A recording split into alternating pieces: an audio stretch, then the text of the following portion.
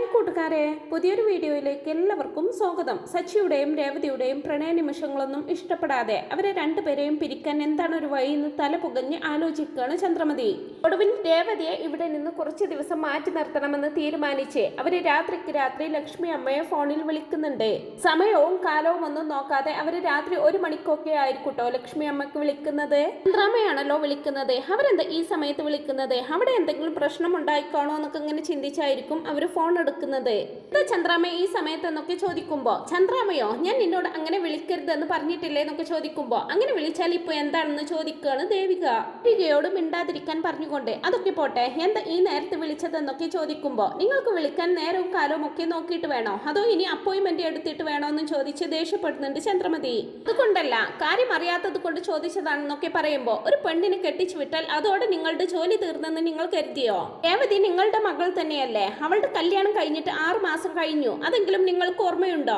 കർക്കിടക മാസമാണല്ലോ വരുന്നത്. നിങ്ങളുടെ മോളെ കൂട്ടിക്കൊണ്ടു പോകണമെന്ന് നിങ്ങൾക്ക് അറിയില്ലേ എന്നൊക്കെ ചോദിക്കുമ്പോ, ഞാൻ അവളെ കൂട്ടിക്കൊണ്ടു പോകണമെന്ന് കരുതിയിരിക്കുകയായിരുന്നെന്നൊക്കെ ഇങ്ങനെ ലക്ഷ്മി അമ്മ മറുപടി കൊടുക്കുമ്പോ, അങ്ങനെ അധിക ദിവസമൊന്നും ആലോചിച്ചിരിക്കേണ്ട, എത്രയും വേഗം അവളെ കൂട്ടിയിട്ട് പോകണമെന്ന് പറയുന്നുണ്ട് ചന്ദ്രമതി. പിന്നീട് അങ്ങനെ പിറ്റേന്ന് രാവിലെ കിച്ചണിൽ ജോലി ചെയ്തുകൊണ്ടിരിക്കുന്ന രേവതിയുടെ അരികിലേക്ക് ഭക്ഷണമെല്ലാം റെഡിയായോ എന്ന് ചോദിച്ചു വരുന്നുണ്ട് ചന്ദ്രമതി. ഭക്ഷണമെല്ലാം റെഡിയായെന്ന് രേവതി മറുപടി കൊടുക്കുമ്പോ അവളോട് പാത്രങ്ങളെല്ലാം കഴുകി എടുത്തു വെക്കാൻ പറയുന്നുണ്ട്.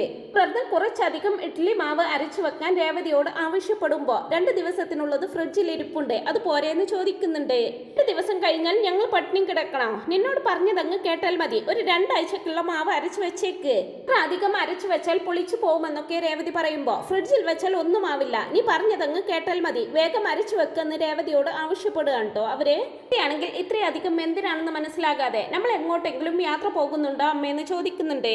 എന്താ ഇവിടെ വീട്ടിലിരിക്കുന്നത് നിനക്ക് പിടിക്കുന്നില്ലേ എന്നൊക്കെ ചോദിക്കുമ്പോ, അതുകൊണ്ടല്ല, ഇന്ന് തന്നെ എല്ലാ ജോലികളും ചെയ്തു തീർക്കാൻ പറയുന്നു, അതുകൊണ്ടാ ചോദിച്ചതെന്നൊക്കെ പറയുമ്പോ, കാരണം എന്താണെന്ന് അറിഞ്ഞാലേ നീ ഞാൻ പറഞ്ഞത് ചെയ്യുള്ളൂ, വെറുതെ സംസാരിച്ചിരിക്കാതെ വേഗം ജോലി ചെയ്ത് തീർക്കാൻ നോക്കെന്നും പറഞ്ഞുകൊണ്ട് ചന്ദ്രമതി അവിടുന്ന് പോവുകയാണ് കേട്ടോ ചെയ്യുന്നത്.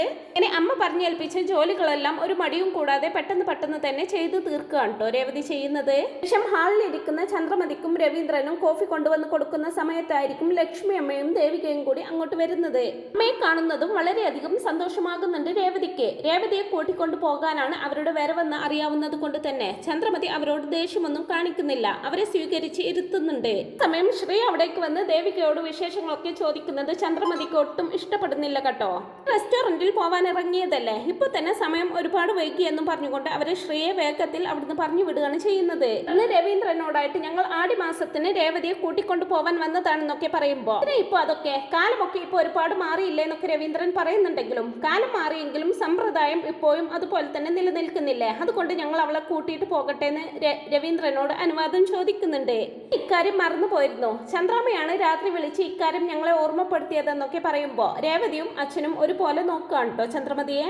തുടർന്ന് രവീന്ദ്രൻ, ഇപ്പോഴാണല്ലോ പിടികിട്ടിയത് എന്റെ പൊന്നു ചന്ദ്രേ, ഇവരെ വിളിച്ച് പറയാൻ നേരവും കാലവും ഒന്നും നോക്കണ്ടേന്നൊക്കെ ചോദിക്കുമ്പോ, ഒരു പെണ്ണിനെ കെട്ടിച്ചു വിട്ടാൽ ഇവരുടെ ജോലി അതോടുകൂടി തീർന്നെന്നാണോ നിങ്ങൾ ഈ പറയുന്നത്? അവരുടെ കടമ അവർ മറന്നുപോയെങ്കിൽ നമ്മൾ ഓർമ്മപ്പെടുത്തണ്ടേന്നൊക്കെ പറയുമ്പോ, അതിന് രാത്രി 1 മണി നേരത്താണോ വിളിക്കുന്നതെന്ന് ചോദിക്കുന്നുണ്ട്. എല്ലാവരുടെയും നല്ലതിനു വേണ്ടിയിട്ടാണ് പറഞ്ഞതെന്നൊക്കെ ചന്ദ്രമതി പറയുമ്പോ, നീ ആരുടെ നല്ലതിനു വേണ്ടിയിട്ടാണ് ഈ പറയുന്നതെന്നൊക്കെ എനിക്കറിയാം, കുറേയായി നീ നിന്റെ ഇഷ്ടത്തിന് ഓരോ കാര്യങ്ങൾ ചെയ്യാൻ തുടങ്ങിയിട്ടെന്നൊക്കെ പറയുമ്പോ, ഇപ്പൊ സന്തോഷമായില്ലേ നിങ്ങൾക്കൊന്നും ചോദിച്ച് ചന്ദ്രമതി ലക്ഷ്മി അമ്മയോട് ദേഷ്യപ്പെടുന്നുണ്ട്. ഇപ്പൊ നിങ്ങളോട് മോളെ കൂട്ടിക്കൊണ്ടു പോവാൻ വന്നതാണോ, അതോ ഞാൻ 1 മണിക്ക് വിളിച്ചതിൽ പരാതി പറയാൻ വന്നതാണോ എന്നൊക്കെ ചോദിക്കുമ്പോ, അയ്യോ അങ്ങനെയൊന്നുമില്ല, ഞാൻ പറഞ്ഞു വന്നപ്പോൾ അങ്ങനെ അങ്ങ് പറഞ്ഞു പോയതാ, അതിന് വെറുതെ ദേഷ്യപ്പെടല്ലേ എന്ന് പറയുകയാണ് ലക്ഷ്മി അമ്മ. അങ്ങനെ ഓരോ കാര്യങ്ങൾ സംസാരിച്ചുകൊണ്ടിരിക്കുമ്പോഴായിരിക്കും ട്രിപ്പിന് പോയിരുന്ന സച്ചി തിരിച്ചെത്തുന്നത്. കണ്ട് സച്ചിയോട് സുഖവിവരങ്ങളൊക്കെ അന്വേഷിക്കുന്നുണ്ട് ലക്ഷ്മി അമ്മ. ദേവികയോടായിട്ട് കോളേജിൽ പോയില്ലേ എന്ന് ചോദിക്കുമ്പോ, ഇന്ന് ശനിയാഴ്ചയല്ലേ, ലീവാണെന്ന് പറയുന്നുണ്ട്. ദേവികയോടായിട്ട് അമ്മിക്കും ദേവികക്കും ചായ കൊടുത്തില്ലേ എന്നൊക്കെ ചോദിക്കുമ്പോ, ഇല്ലെന്ന് മറുപടി കൊടുക്കുന്നതും, നീ എന്താ ഇവിടെ ചെയ്തോണ്ടിരിക്കുന്നത്, വന്നവർക്ക് ഒന്നും കൊടുക്കാതിരിക്കുകയാണോ, പോയി ഇവർക്കുള്ള ചായ എടുത്തേന്നും പറഞ്ഞുകൊണ്ട് രേവതിയെ പറഞ്ഞയക്കുന്നുണ്ട് സച്ചി. മോനെ, ഞങ്ങൾ ചായ ഒന്നും കുടിക്കാൻ നിൽക്കുന്നില്ല, ഞങ്ങൾ രേവതിയെ കൂട്ടിക്കൊണ്ടു പോവാൻ വന്നതാണെന്നൊക്കെ പറയുമ്പോ, ഇതിനെ ഇപ്പൊ അവളെ കൂട്ടിയിട്ട് പോകുന്നത്, കടയിൽ ഒരുപാട് ജോലിയുണ്ടോ, അങ്ങനെയാണെങ്കിൽ കൂട്ടിയിട്ട് പോയിക്കോ, ഞാൻ വൈകുന്നേരം വന്ന് അവളെ വിളിച്ചോളാമെന്ന് പറയുന്നുണ്ട് സച്ചി.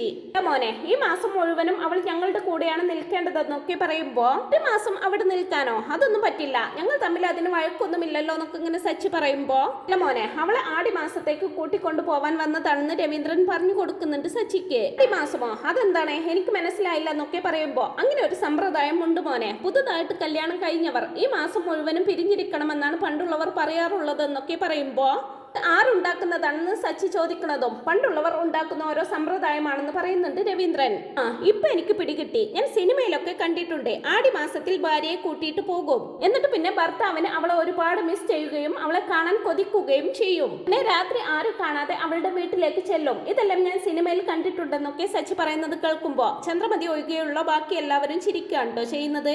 അതെല്ലാം സിനിമയിൽ വെറുതെ കാണിക്കുന്നതാണെന്നാ വിചാരിച്ചിരുന്നത്, പക്ഷെ സത്യത്തിൽ അങ്ങനെയൊക്കെ ഉണ്ടല്ലേ, ഇങ്ങനെയൊക്കെ ചെയ്യുന്നത് രേവതി എന്നൊക്കെ ചോദിക്കുമ്പോ എനിക്കറിയില്ലെന്ന് പറയാണ് രേവതി. അതേ മോനെ, ഞാൻ പറഞ്ഞതേ ഭാര്യയും ഭർത്താവും ഈ മാസം പിരിഞ്ഞിരിക്കണം, ഒരിക്കലും ഒന്നു ചേരാൻ പാടില്ല, കൊണ്ടാണ് ഞങ്ങൾ മോളെ കൂട്ടിക്കൊണ്ടു പോവാൻ വന്നതെന്നൊക്കെ ഇങ്ങനെ പറയുന്നത് കേൾക്കുമ്പോ സച്ചിയുടെ മുഖം വാടുന്നുണ്ട് കേട്ടോ. സമയത്തൊക്കെ രേവതി സച്ചിയുടെ പ്രാണനായിട്ടുണ്ടാകും, ഒരു നിമിഷം പോലും രേവതിയെ പിരിഞ്ഞിരിക്കാൻ വയ്യാത്തൊരവസ്ഥയിലായി മാറിയിട്ടുണ്ടാകും സച്ചി. രേവതിയും അതുപോലുള്ള ഒരു അവസ്ഥയിലായിരിക്കും. സച്ചിയെ പിരിഞ്ഞിരിക്കാൻ രേവതിക്കും കഴിയില്ല. സച്ചിയുടെ മുഖം വാടുന്നത് ദേവിക ശ്രദ്ധിക്കുന്നുണ്ട്. ചേച്ചിയെ കൂട്ടിക്കൊണ്ടു പോവാണെന്ന് കേട്ടപ്പോൾ തന്നെ സച്ചിയേട്ടന്റെ മുഖം വാടിയല്ലോ എന്നൊക്കെ പറഞ്ഞ് ദേവ് കളിയാക്കുമ്പോ ഉണ്ടാതിരിക്കടി എന്നും പറഞ്ഞ് അവളെ തടയുന്നുണ്ട് രേവതി. ഇവളെ പിരിഞ്ഞിരിക്കാൻ എന്താ വിഷമം, ഇന്നലെ കൂടി ഞാൻ നിലത്ത് പായ വിരിച്ചാണ് കിടന്നതെന്നൊക്കെ സച്ചി പറയുമ്പോ എല്ലാവരും അന്തം വിട്ട് സച്ചിയെ നോക്കുന്നത് കണ്ടേ സച്ചിയോട് മിണ്ടാതിരിക്കാൻ കണ്ണുകൊണ്ട് ആംഗ്യം കാണിക്കുന്നുണ്ട് രേവതി. പറഞ്ഞത് കേട്ട് ലക്ഷ്മി അമ്മ രണ്ടുപേരെയും മാറി മാറി നോക്കുമ്പോ അവരെ ഫേസ് ചെയ്യാൻ കഴിയാതെ സച്ചി തല കുമ്പിട്ടങ്ങ് മാറി നിൽക്കുകയാണ് കേട്ടോ ചെയ്യുന്നത്. മോനെ നീ പറയുന്നതെന്നൊക്കെ ചോദിക്കുമ്പോ അവൻ പറഞ്ഞു വന്നപ്പോൾ അങ്ങനെ പറഞ്ഞു പോയതാ, നിങ്ങൾ വിഷമിക്കണ്ട, അവൻ അങ്ങനെയാ, വായിൽ തോന്നിയത് വിളിച്ചു പറയുമെന്നും പറഞ്ഞുകൊണ്ട് അവരെ ആശ്വസിപ്പിക്കുന്നുണ്ട് രവീന്ദ്രൻ.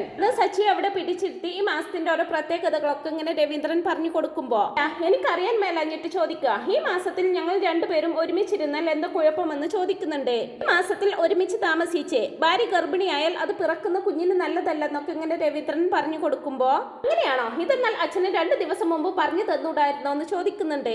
ഈ സംഭവം നടക്കുന്നതിന്റെ 2 ദിവസം മുമ്പേ ആയിരിക്കും സച്ചിയും രേവതിയും എല്ലാ അർത്ഥത്തിലും ഒന്നായിട്ടുണ്ടാവുക. ഒരു ഓർമ്മയിലായിരിക്കൂട്ടോ സച്ചി അങ്ങനെ പറഞ്ഞിരിക്കുക. സച്ചി അങ്ങനെ പറയുന്നത് കേൾക്കുമ്പോ തന്നെ സച്ചി ഏട്ടന്റെ ഒരു കാര്യം എന്നുള്ള രീതിയിൽ രേവതി നാണത്തോടെ തല താഴ്ത്തുന്നത് കണ്ട് ലക്ഷ്മി അമ്മക്ക് കാര്യം മനസ്സിലാകുന്നുണ്ട്. ലക്ഷ്മി അമ്മ വളരെയധികം സന്തോഷിക്കുകയാണ് ചെയ്യുന്നത്. ചന്ദ്രമതിയാണെങ്കിൽ വാ പൊളിച്ചുകൊണ്ട് രണ്ടുപേരെയും നോക്കുകയാണ് കേട്ടോ ചെയ്യുന്നത്. ആണെങ്കിൽ വീണ്ടും ഇതൊക്കെ എനിക്ക് ആദ്യമേ പറഞ്ഞു തരണ്ടേ അച്ഛാന്നൊക്കെ ചോദിക്കുമ്പോ എന്തിനാടാ ഞാൻ പറഞ്ഞു തരുന്നത്, ഇവിടെ നിൽക്കട്ടെ, ഇതൊന്നും വേണ്ടെന്നാ ഞാൻ കരുതിയിരുന്നത്, അപ്പൊ നിന്റെ അമ്മ വിളിച്ച് ഇവരെ വരുത്തിയിരിക്കുകയാണെന്നൊക്കെ പറയുമ്പോ സച്ചിക്ക് കാര്യം മനസ്സിലാവുന്നുണ്ട്. അപ്പൊ ഇത് ഇവരുടെ പണിയാണല്ലേ, പക്ഷെ ഇവരൊരിക്കലും ഞങ്ങളുടെ നല്ലതിനു വേണ്ടിയല്ല ഇങ്ങനെയൊക്കെ ചെയ്തതെന്നൊക്കെ പറയുമ്പോ വേറെന്തിനാടാന്ന് ചന്ദ്രമതി ദേഷ്യത്തോടെ ചോദിക്കുന്നതും അത് നിങ്ങൾക്ക് തന്നെ അറിയാമല്ലോ, പിന്നെ ഞാനായിട്ട് പറഞ്ഞു തരണ്ടല്ലോ എന്ന് ചോദിക്കും. ഇപ്പൊ അവള് വിടുമോനെ, രേവതിയെ കൂട്ടിക്കൊണ്ട് പോവാനാണ് ഇപ്പൊ ലക്ഷ്മി വന്നിട്ടുള്ളത്, പോയി റെഡി ആവും മോളെ എന്നും പറഞ്ഞുകൊണ്ട് രേവതിയെ റെഡി ആവാനായിട്ട് റൂമിലേക്ക് പറഞ്ഞയക്കുന്നുണ്ട് രവീന്ദ്രൻ. രേവതി പോവാൻ റെഡിയായി കൊണ്ട് നിൽക്കുന്ന സമയത്ത് വിഷമത്തോടെ റൂമിലേക്ക് വരികയാണ് സച്ചി.